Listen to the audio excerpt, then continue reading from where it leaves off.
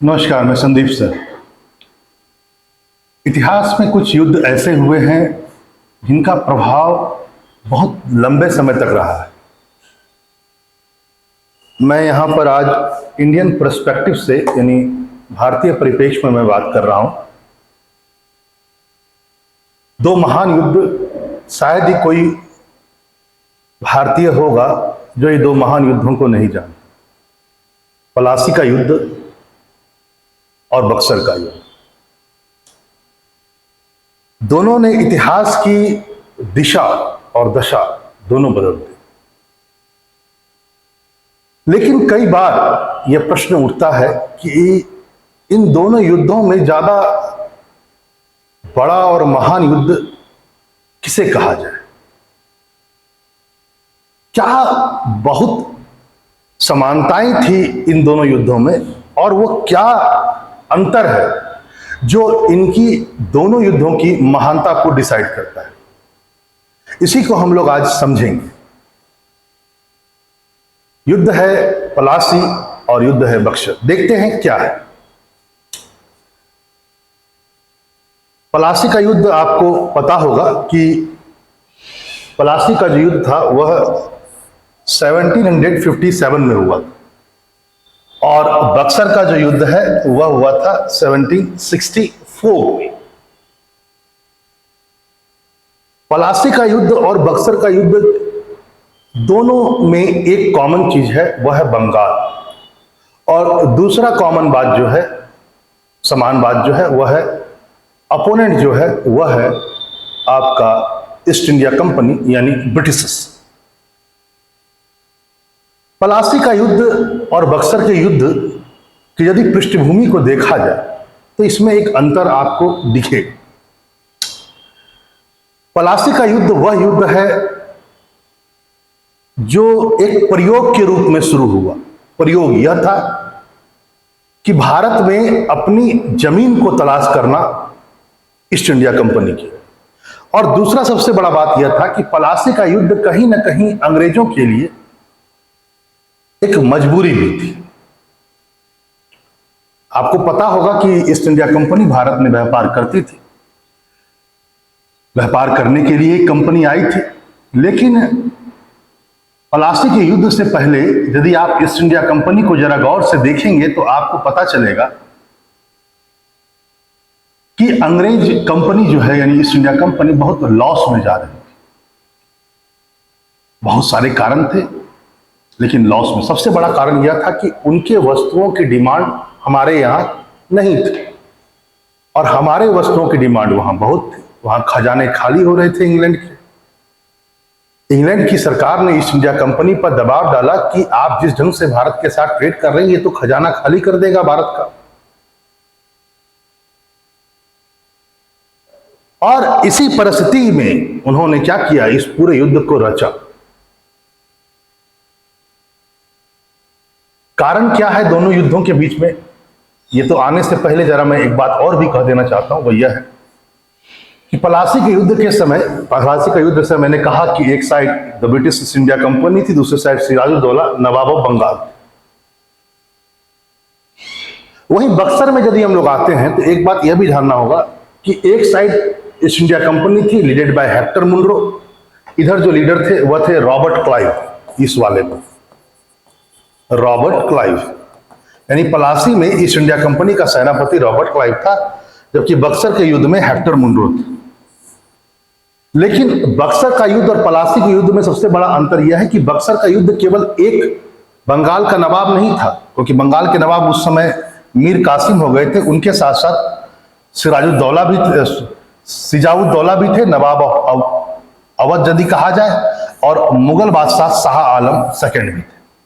तो इस पर्सपेक्टिव से कहा जाए, यदि मैं अंतर पर आऊं कि कौन बड़ा महान युद्ध है, तो जहां पलासी के युद्ध से केवल एक अपोनेंट को ब्रिटिशर्स ने हराया था, वहीं बक्सर में के युद्ध के बाद लगभग, यदि मैं कहूं कि लगभग पूरा नॉर्थ इंडिया को इन्होंने हरा दिया। नॉर्थ इंडिया की जितनी भी मेजर शक्ति थी उनको इन्होंने हरा दिया। पलासी का युद्ध में केवल और केवल नॉर्थ इंडिया का पूर्वी क्षेत्र यानी बंगाल उस समय काफी बड़ा है, आपको पता होगा। बंगाल भी है, बिहार भी है और उड़ीसा भी। जब मैं बंगाल कह रहा हूं तो उसमें बांग्लादेश भी है और वेस्ट बंगाल भी। बंगाल काफी बड़ा प्रांत है। तो प्लासी के युद्ध में ठीक है, केवल बंगाल के नवाब हारा और कहीं ना कहीं एक कंट्रोल स्टेब्लिश हुआ, एक कंट्रोल की शुरुआत हुई बंगाल पर। किसकी? ईस्ट इंडिया कंपनी की। इस युद्ध के बाद नवाब हार जाते हैं और मीर जाफर नवाब बनता है। लेकिन यह सिर्फ एक ओनली वन अपोनेंट था। लेकिन इसके बिहाफ पे देखा जाए तो इन्होंने तीन तीन शक्तियों को हराया जो लगभग पूरे संपूर्ण उत्तर भारत पर जिनका दबदबा था। तो इस पर्सपेक्टिव से देखा जाए तो बक्सर ज्यादा ताकतवर युद्ध नजर आता है ईस्ट इंडिया कंपनी के परिप्रेक्ष्य में पलासी से। यहां पर यह भी बात ध्यान देना होगा कि बक्सर और पलासी के बीच एक और डिफरेंस बहुत बड़ा है। वह यह है कि पलासी का युद्ध से ज्यादा षड्यंत्र था, क्योंकि पलासी के युद्ध से पहले बंगाल के नवाब सिराजुद्दौला का जो सेनापति था मीर जाफर, जो अगला नवाब बना, वो सेनापति खुद ही में नवाब बनना चाहता था। देखिए, और बहुत सारे लोग उसके सपोर्ट में थे, सिराजुद्दौला के यानी विरोध में। मीर जाफर सेनापति, अमीन चंद, दीवान राय दुर्लभ, ऐसे बहुत सारे लोग थे जो पहले से, यार लतीफ खां, ये सभी बड़े बड़े लोग मीर जाफर के साथ खड़े थे, एंटी सिराज गुट बना करके खड़े थे।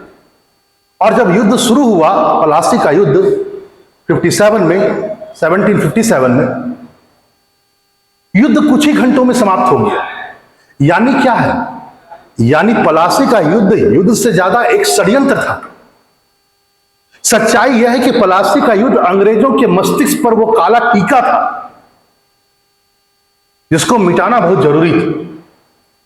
क्योंकि यदि पलासी के युद्ध के बाद वो ये सपना देखते कि वो भारत को गुलाम बना सकते थे, पूरे भारत को रूल कर सकते थे, तो शायद यह सपना सपना ही रह जाता। लोग उसे धूर्त और चालाक कहते और शायद वो इतने बड़े क्षेत्र पर राज नहीं कर पाता। उनके लिए अपनी मिलिट्री सुप्रीमेसी, सैनिक सर्वोच्चता को स्थापित करना बहुत जरूरी था, जिसे बक्सर ने पूर्ण किया। बक्सर का युद्ध किसी षड्यंत्र का परिणाम नहीं था।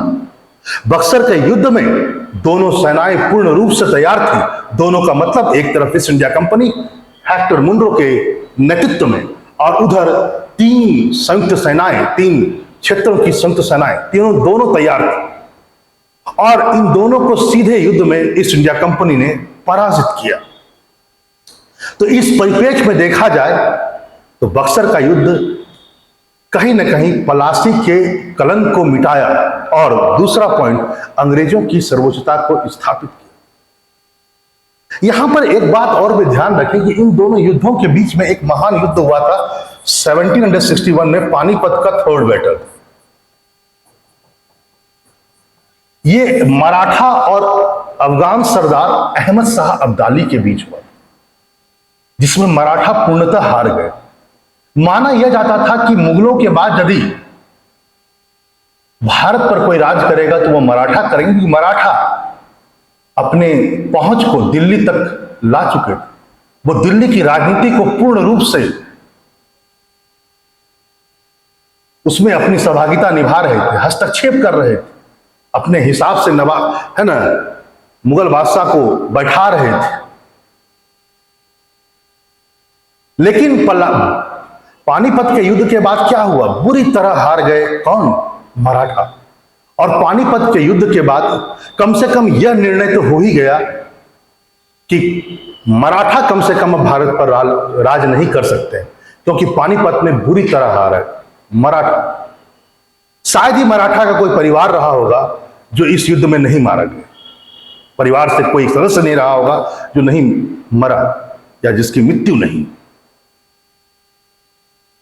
तो एक प्लस पॉइंट यह था, अंग्रेजों के पास में खोने के लिए कुछ नहीं था बक्सर से पहले, और उन्हें पता था कि मराठा भी अब कोई बहुत बड़ी शक्ति नहीं थी। यदि वो इस युद्ध को जीत लेते हैं तो शायद अब उत्तर भारत नहीं, पूरा भारत का दरवाजा उनके लिए खुल सकता था। तो इस परिप्रेक्ष्य में देखा जाए तो भी बक्सर का वॉर बहुत महत्वपूर्ण था, वहां उनकी जीत बहुत जरूरी थी।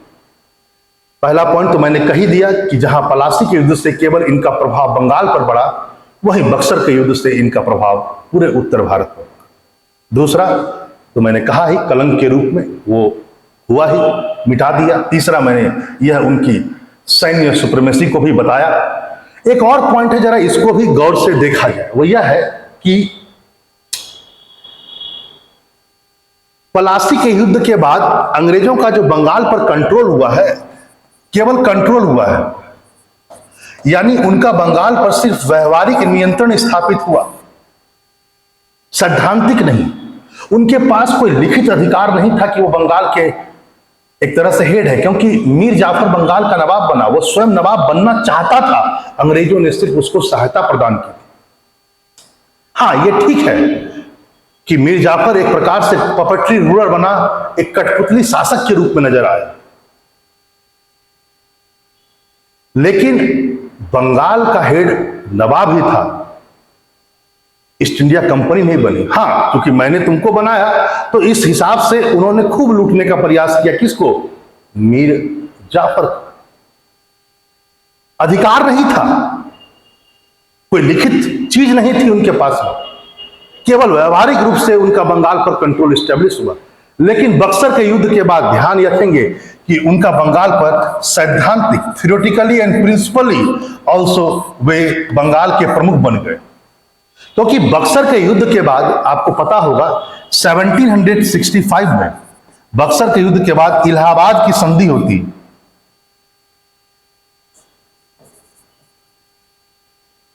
इलाहाबाद की फर्स्ट संधि होती है, और संधि होता है ब्रिटिशर्स और शाह आलम के बीच में। हाँ, इस संधि के लिए रॉबर्ट क्लाइव दोबारा भारत आए, चले गए थे पलासी के युद्ध के बाद भारत से। पलासी के युद्ध के बाद क्या हुआ, जरा देखिए, गौर कीजिए। सॉरी, बक्सर के युद्ध के बाद।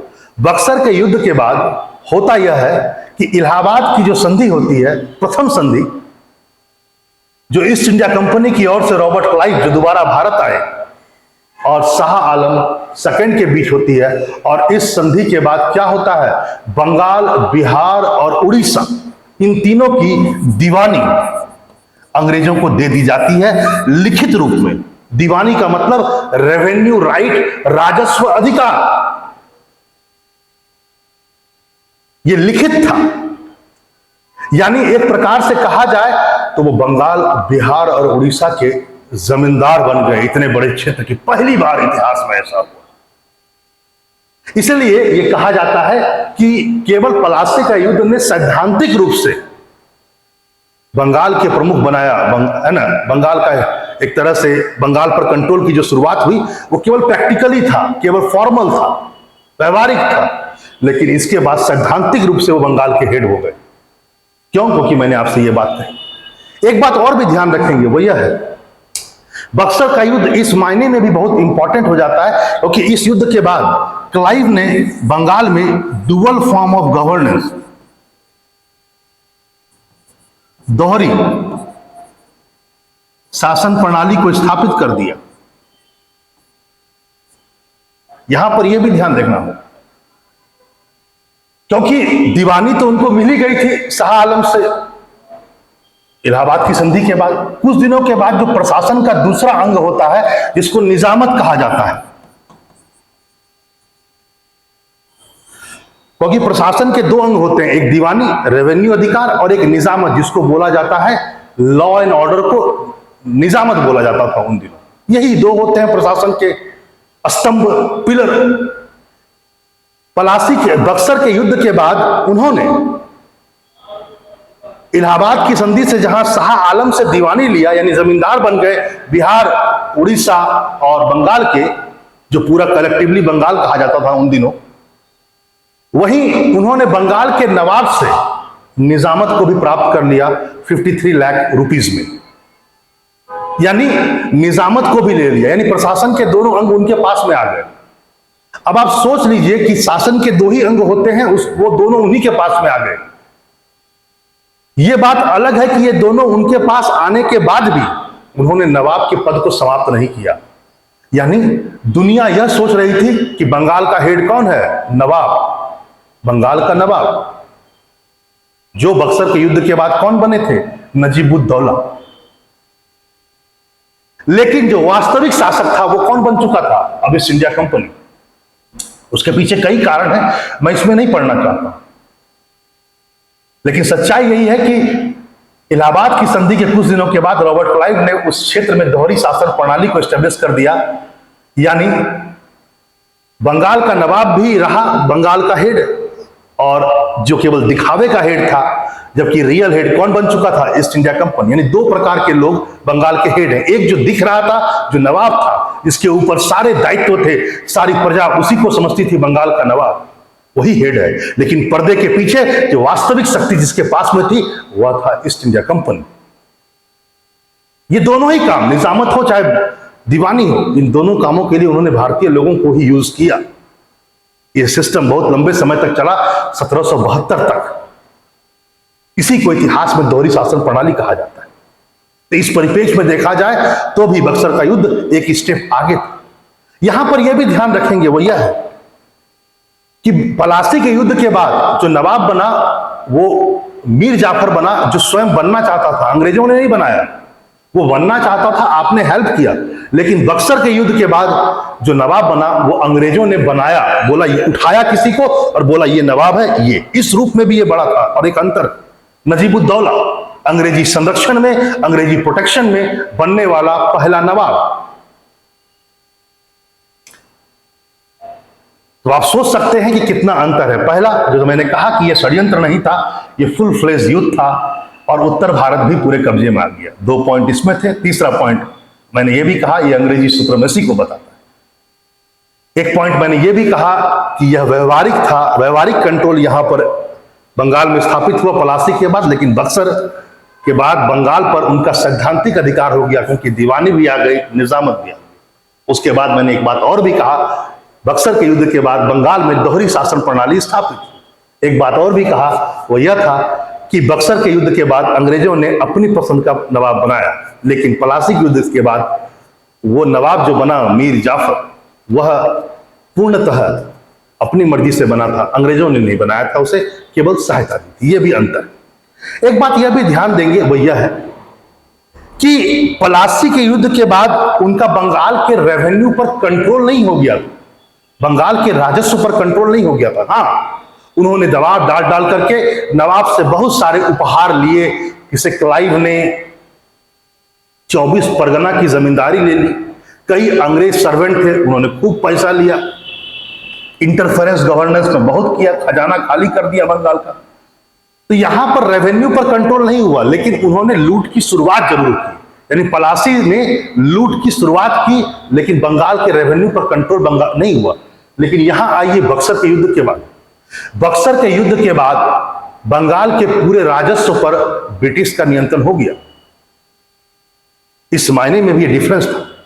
और सही मायने में यदि कहा जाए तो भारत में लूट को तो इसने आगे बढ़ाया ही। बंगाल की जो लूट शुरू हुई पलासी से, उसको बक्सर ने तो और बढ़ाया। लेकिन जब रेवेन्यू उनके पास में आ गया तो उससे एक और भी चीज नई उपजी, वह था धन का निर्गमन। धन के निर्गमन की प्रक्रिया यदि कहा जाए सही मायने में तो वो बक्सर के बाद शुरू होती है, क्योंकि जब बंगाल के रेवेन्यू पर उनका कंट्रोल हो गया तो उन्होंने बंगाल के रेवेन्यू से भारत का विकास नहीं किया। सारा पैसा वहां से कहां जाने लगा? इंग्लैंड जाने लगा। यानी अब वह भारतीय पैसे से ही, पहली बात जब रेवेन्यू उनके हाथ में आ गया तो क्या किया उन्होंने? पहले तो उन्होंने अब भारतीय पैसे से ही भारत का कच्चा माल खरीदना शुरू किया और इंग्लैंड भेजा। तो व्यापार तो संतुलित हुआ ही, तैयार माल भी दोबारा बेचा, वो तो अपनी जगह पर है।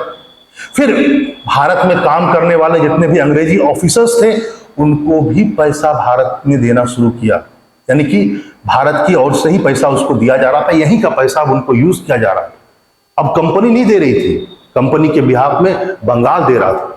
यानी धन के निर्गमन की प्रक्रिया सही मायने में बक्सर के युद्ध के बाद शुरू हो गई।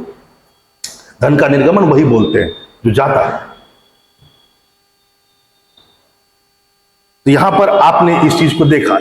जब मैंने क्लास शुरू किया था तो मैंने एक बात कही थी, वो यह था कि पलासी का युद्ध अंग्रेजों ने मजबूरी में किया था, क्योंकि उनका ट्रेड बहुत इम्बैलेंस था। अंग्रेजी सरकार ने दबाव डाला था कि यदि आप ट्रेड बैलेंस नहीं करेंगे तो अंग्रेज खजाना जो है वो खाली हो जाएगा, इंग्लिश खजाना, क्योंकि उनके वस्तुओं की डिमांड थी नहीं।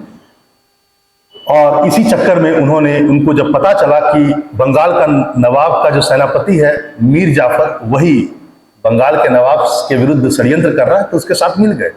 और उसके बाद क्या हुआ, धीरे धीरे करते करते क्या हुआ, उन्होंने ट्रेड को बैलेंस किया, क्योंकि बंगाल में जब उनका हल्का सा कंट्रोल हुआ तो उन्होंने वहां के हस्तशिल्प उद्योग को, कच्चा माल यानी किसान वगैरह को दबाव डाल डाल करके सस्ते में सामान को परचेस किया, तो थोड़ा सा बैलेंस हुआ। तो यहां पर जो ट्रेड बैलेंस हुआ ये बहुत थोड़ा हुआ, क्योंकि प्रेशर डाल करके आपने क्या किया, लोगों से आपने उनका ह्यूमन रिसोर्सेस का इस्तेमाल किया कम पैसे दे करके, और दबाव डाल डाल करके कच्चा माल भी सस्ते में प्राप्त किया, लेकिन फिर भी आपको पैसे देने पड़े होंगे। लेकिन यहां पर देखिए क्या हुआ, यहां पर बक्सर के युद्ध के बाद उनका व्यापार पूर्णतः बैलेंस हो गया, क्योंकि अब दबाव नहीं डालना है, दबाव डाल के सस्ता तो लेंगे ही, आपसे बेगारी करवाएंगे ही, ह्यूमन रिसोर्सेस करवाएंगे ही, लेकिन साथ ही साथ और भी हुआ। वो क्या हुआ, जो मैंने भी थोड़ा देर पहले बताया, अब तो रेवेन्यू उनके पास में आ गया था, दीवानी अधिकार उनके पास में आ गया था, अब तो वो भारत के पैसे से ही भारत का माल परचेस करेंगे। तो इस मायने में भी देखा जाए तो बक्सर का युद्ध एक महान युद्ध कहा जा सकता है। आपने देखा बहुत सारे अंतरों को देखते हुए। चलिए, उम्मीद है कि आपको समझ में आया होगा। यदि कुछ पॉइंट आपको लगता है और भी बहुत सारे अंतर इसमें हो सकते हैं, लेकिन हां इतना जरूर है कि वह यह है कि बक्सर का युद्ध ने पलासी के कलंक को जरूर धोया ब्रिटिशों के लिए। इतने बड़े देश पर यदि आप राज करते पलासी के युद्ध के बाद, तो आप राजा के रूप में सम्मानित कभी नहीं हो पाते। इतने बड़े क्षेत्र को रूल करने के लिए आपको अपना पावर दिखाना ही पड़ता है, और बक्सर ने उस कलंक को भी धोया और उस पावर को भी, अंग्रेजों के पावर को भी सामने लाया और उस देश को तैयार किया जहां वो पूरे भारत को रूल कर सकते थे। बक्सर के युद्ध के बाद जो भारी पैसा उनको हाथ लगा बंगाल के रेवेन्यू का, उसके बाद उन्होंने उस पैसे का इस्तेमाल भारत के अन्य क्षेत्रों को जीतने के लिए किया। चलिए, इतना ही आज के लिए। नमस्कार।